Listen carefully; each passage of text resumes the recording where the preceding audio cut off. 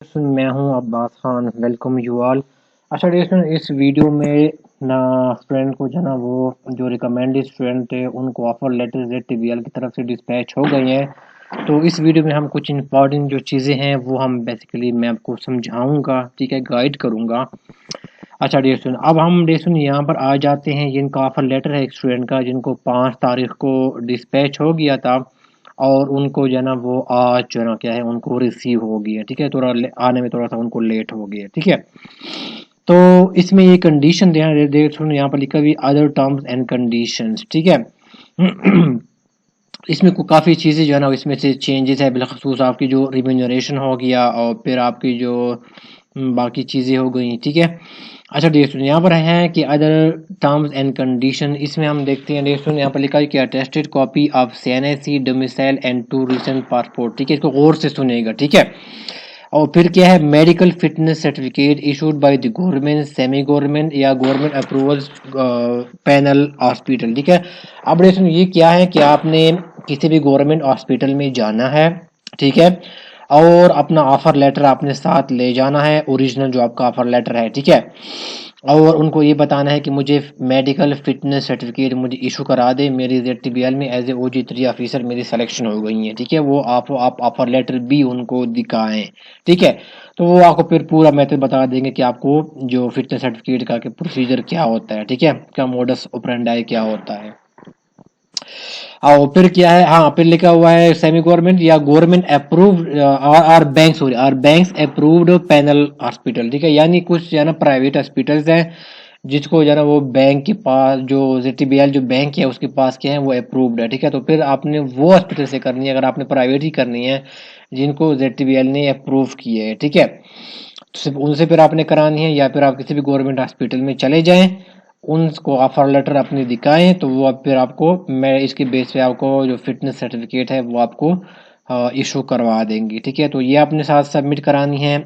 और attested copy of CNIC हो गया, डोमिसाइल हो गया, ये दोनों आपकी अटेस्टेड जना होनी चाहिए, ठीक है। और 2 रिसेंट पासपोर्ट फोटोग्राफ, ठीक है। फोटोग्राफ को अटेस्ट करने की वो अटेस्ट नहीं होते, वो जस्ट आपने 2 फोटोग्राफ्स आपने वो जमा कराने हैं, ठीक है, वो अटेस्टेड नहीं कराने, ठीक हो गया। अच्छा डेढ़ बीच में अजान थी तो मुझे थोड़ा सा चुप होना पड़ा। अच्छा डेढ़ फिर आगे थर्ड पॉइंट में डेढ़ आ जाता है कि बॉन्ड ऑफ फिडेलिटी, ठीक है ना। ये बॉन्ड होता है जिसको आपने जस्ट अपना डेटा पुट करना होता है, नाम अपना फादर का नेम लिखना होता है, फिर आपने 2 विटनेसेस है, ठीक है, तो आपने वो फिलअप करने होते हैं, ठीक है। अच्छा ये सारे जो डेढ़ क्या होंगे, ये सारे जो मेडिकल फिटनेस सर्टिफिकेट हो गया, नहीं सॉरी ये वाला बॉन्ड ऑफ फिडेलिटी, ठीक है ना, ये क्या होंगे, ये जो आपको ऑफर लेटर भेजेंगे ना, ठीक है, ये सारे डॉक्यूमेंट उनके साथ आपको भेजेंगे, ठीक है। ये आपको जब ऑफर लेटर आपको डिस्पैच करेंगे, ये सारे जो डॉक्यूमेंट आगे मैं नाम लूंगा ना पॉइंट नंबर 3 में जो है ना, स्टेटमेंट ऑफ एथिक्स हो गया, declaration of asset and undertaking of dual nationality, वो सारे यहाँ पर लिखा हुआ फॉर्मेट अटैच होंगे, ठीक है, प्रिस्क्राइब फॉर्मेट अटैच होंगे, तो उसके ऊपर आपने वो भेजनी है, ठीक है।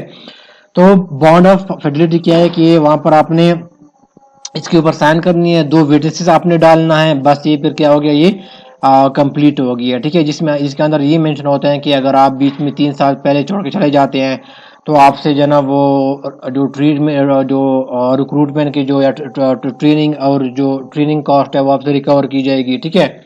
ट्रेनिंग और रिक्रूटमेंट कॉस्ट क्या होगी वो आपसे रिकवर की जाएगी, उसके अंदर ये लिखा होता है, ठीक है। बाकी कुछ अमाउंट वगैरह कुछ भी यहाँ पर नहीं लिखा होता, ठीक है।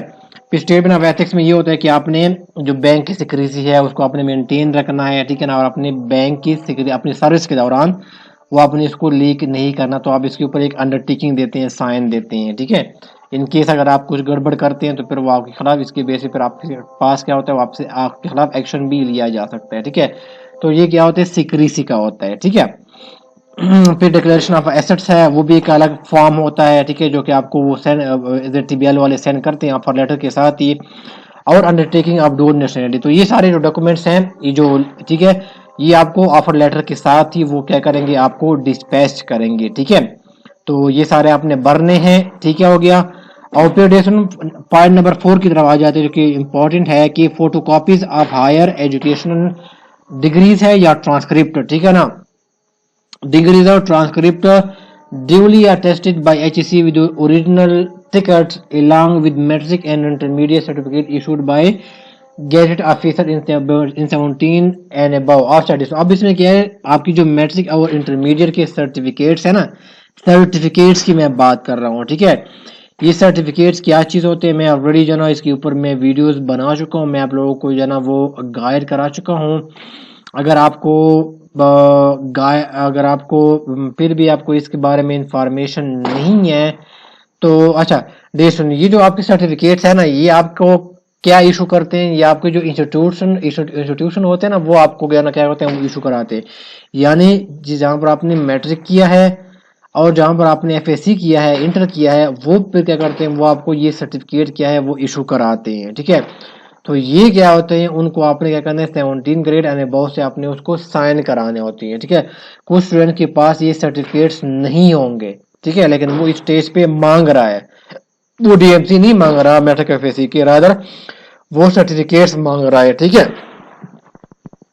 तो वो सर्टिफिकेट आपको ये इंस्टीट्यूशन क्या हो, जहां से आपने स्कूल पढ़ा है, जहां से आपने कॉलेज पढ़ा है, वो बेसिकली क्या है, आपको ये सर्टिफिकेट इशू कराते हैं। उनको ऊपर आप अप्रोच करें अगर आपने नहीं ली, और फिर उनको बताएं कि मुझे ये सर्टिफिकेट्स क्या की चाहिए, मुझे ये चाहिए, ठीक है। और वो अर्जेंट पे एक दिन के अंदर जो ना वो आपको दी जाती है, ठीक है। वो इतना टाइम नहीं लगाते, एक दिन के अंदर भी आपको मिल जाती है, ठीक है, 1-2 दिन के अंदर, अगर आप अर्जेंट पे अप्लाई करते हैं, ठीक है, स्कूल में, या उनको बता दें कि मेरा जॉब का मसला है, तो वो आपको कोई भी जल्दी करा देते हैं, कोई इशू नहीं बनाते, ठीक है।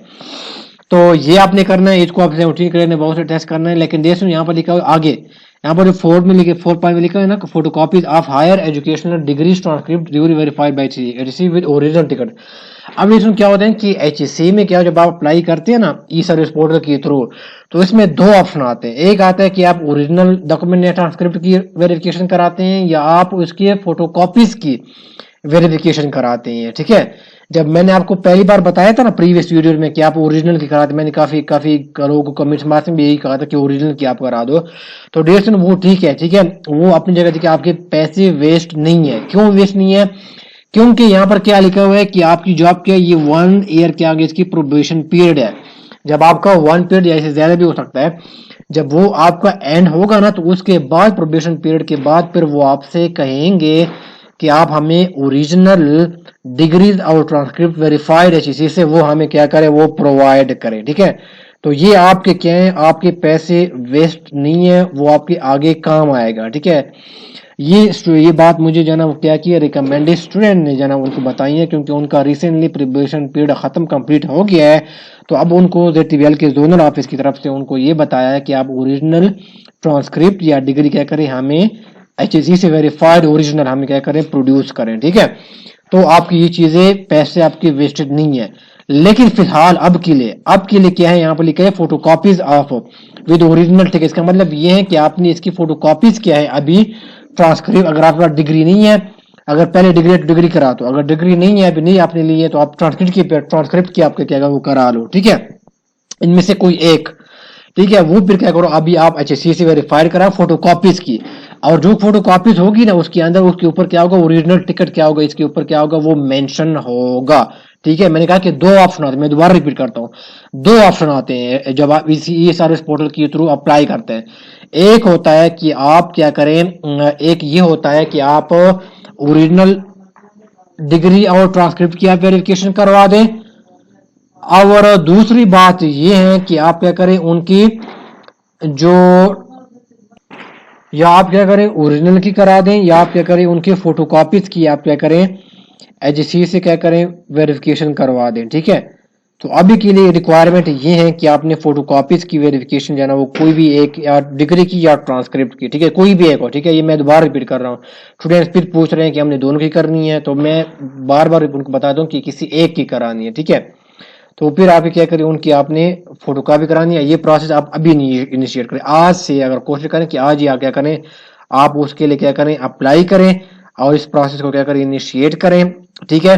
अच्छा, जब आप उसको अप्लाई कर लेंगे ना, ये फोटोकॉपीज की वेरीफाई करना, तो फिर आप क्या करेंगे, आपकी एप्लीकेशन क्या होगी, इन प्रोग्रेस में चली जाएगी, ठीक है। तो आपने उस इंटरफेस की आपने पिक्चर लेनी है, बिल्कुल क्लियर हो, उनकी आपने हार्ड फॉर्म में आपने पिक्चर निकालनी, किसकी, आपने ई सर्विस पोर्टल के ऊपर जाना है। जब आप अप्लाई कर लेंगे ना फोटोकॉपी की अटेस्टेशन के लिए एचईसी से, तो फिर आपकी एप्लीकेशन क्या होगी, वो प्रोसेस में चली जाएगी। ठीक है, तो आपने HSE ई सर्विस पोर्टल के ऊपर लॉग इन करना है, वहां पर आया होगा कि इन प्रोग्रेस, उस इंटरफेस की आपने पिक्चर लेनी है, उसको हार्ड फॉर्म में आपने क्या करना है, फोटो कॉपी करनी है एज एविडेंस के तौर पर। ठीक है, और फिर देखो दोस्तों, अच्छा फिर यहाँ पर देखो देखो सेकंड पॉइंट पे देखो, नीचे आ जाओ, यहाँ पर टर्म्स एंड कंडीशन में इसका जो ये है नीचे, you are required to sign this second copy of offer of appointment letter, यानी जब आपको जब वो चीजें डॉक्यूमेंट भेजेंगे ना ऑफर लेटर, तो उनके अंदर 2 ऑफर लेटर होंगे। ठीक है ना, एक क्या होगा, ये क्या होगा, ये देखो कॉपी,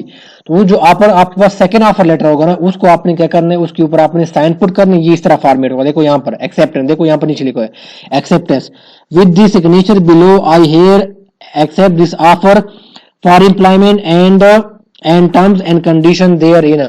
तो यहाँ पर आपने अपने सिग्नेचर करनी है, CNSE आपने पुट करना है, और आपने क्या करनी है, अपनी डेट क्या है वो आपने पुट करनी है।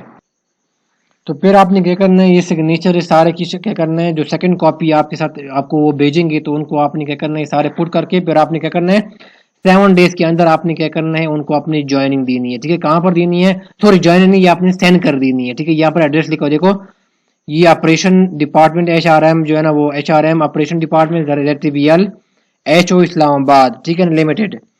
तो ये आपने क्या करना है, हेड और रिक्रूटमेंट एंड अपॉइंटमेंट, ठीक है ना, इसके ऊपर आपने क्या करना है, उसको भेजने है। ठीक है, ZTBL विद इन 7 डेज। ठीक है, तो आपने इसके ऊपर सारा सिग्नेचर डेट वगैरह पुट करके आपने भेज देनी है। ठीक है, 7 डेज के अंदर।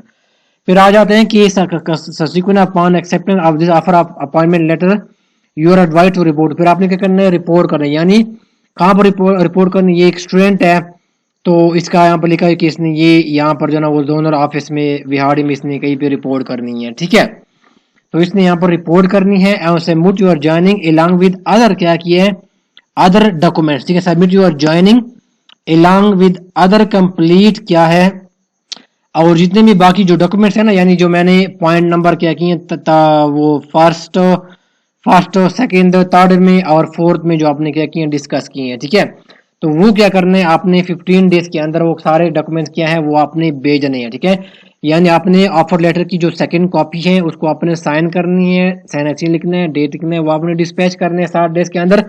फिर आपने 15 डेज के अंदर, और 15 डेज कब से शुरू होंगे, जब जिस डेट से आप एक्सेप्टेंस देंगे ना, उस डेज से क्या होंगे, आपसे 15 डेज क्या होंगे, वो आपसे स्टार्ट होंगे। ठीक है, और 15 डेज के अंदर फिर आपने सारे जो condition and term and condition के अंदर लिखे हुए हैं 1 से लेकर 4 तक, वो सारे आपने क्या करने हैं, 15 डेज के अंदर आपने क्या करने हैं, आपने वो सारी चीजें आपने क्या करनी है, वो है वो अपने भेजनी, किसको रिपोर्ट करनी, जब आप रिपोर्ट करेंगे ना, यहाँ पर जो आपको जो लिखा हुआ है कि you are advised to report, यानी जिस सेंटर आपको दिए है ना, जहां पर आपने ड्यूटी करनी है, जहां पर आपने रिपोर्ट करना है, वहां पर आपने क्या करना है, ये सारी चीजें क्या करनी है, वो सबमिट कराने, जो ऊपर जो 4 पॉइंट्स में जो डॉक्यूमेंट्स आपने सारे जो चीजें मेंशन है। ठीक है, ये सारी चीजें फिर आपने उसके पास क्या करनी है, सबमिट करानी है, जिस सेंटर के ऊपर, जिस ZTBL का जो जोनल ऑफिस है जिसके ऊपर आपने रिपोर्ट करना है, तो वहां पर उनके पास GM के पास आपने सारी चीजें क्या करनी है, सबमिट क्या करनी है, वो करानी है 15 डेज के अंदर। और बाकी 15 डेज कब से काउंट होंगे, जिस डेट को आप क्या करेंगे, ऑफर लेटर की एक्सेप्टेंस देंगे ना, यानी आप जिस डेट को आप इसके ऊपर डेट डालेंगे ना, तो ये आपकी एक्सेप्टेंस डेट हो गई ना, तो उससे फिर क्या होंगे, आपके 15 डेज क्या होंगे, वो काउंट होंगे, और 15 डेज के अंदर अंदर आपने ये सारी चीजें आपने प्रोवाइड करनी है। ठीक है, अब देखो ये डॉक्यूमेंट तो आपके पास नहीं होगा, इसमें थोड़ा सा अगर आप अर्जेंट भी करते हैं, स्टूडेंट कहते हैं कि इसमें से टाइम लग जाता है, लगाएंगे, टाइम नहीं लग जाता, 10 डेज के अंदर भी काम हो जाता है, अगर आप अर्जेंट पे करते हैं, walk in through method use करते हैं। ठीक है, मेरा खुद 10 डेज के अंदर ही ये प्रोसेस हुआ था, और एक और स्टूडेंट है उनका भी जो ना वो 10 डेज के अंदर जो ना ये प्रोसेस हो गया था। ठीक है, तो 10 डेज के अंदर भी हो सकता है। ठीक है, आपकी डिग्री का फोटो कॉपीज की अटेस्ट की आ सकती हैं। ठीक है, 10 डेज के अंदर अंदर। लेकिन अगर आपका नहीं हुआ तो मैंने कहा फिर आप क्या करें, उनकी फोटो का उनके इंटरफेस की आप पिक्चर ले रहे हैं। ठीक है, और उनको हार्ड फॉर्म में निकालें, और वो क्या करें, उन सब बाकी डॉक्यूमेंट के साथ वो फिर आप सबमिट करा देते, तो आपका प्रूफ है। आप GM को बता दें कि मेरा ये डॉक्यूमेंट जो है ना वो अभी प्रोसेस में है, जैसे मुझे इशू होगा तो मैं क्या करूँगा, आपको जो ना वो प्रोड्यूस जो ना वो करवा दूंगा। ठीक है, और आपने ये बताना है कि मैंने अप्लाई ऑलरेडी किया हुआ, ये मेरे पास प्रूफ है। ठीक है, तो आपको कोई भी इशू आपको जो ना वो कोई नहीं होगा। ठीक है, तो ये डेफिनेशन क्या है, ये चीज़ें मैंने डिस्कस की हैं। ठीक है, और मेडिकल फिटनेस सर्टिफिकेट किसी भी गवर्नमेंट ऑफिस में चले जाएं, और फिर सॉरी गवर्नमेंट हॉस्पिटल में, तो वो आपको जो ना वो इशू करवा देंगे। ठीक है, तो ये कुछ सारे डे स्टूडेंट क्या है ये इन्फॉर्मेशन है। मैंने पूरी कोशिश की है कि मैं आप लोगों को जो ना वो सही तरह जो ना वो गाइड करूँ।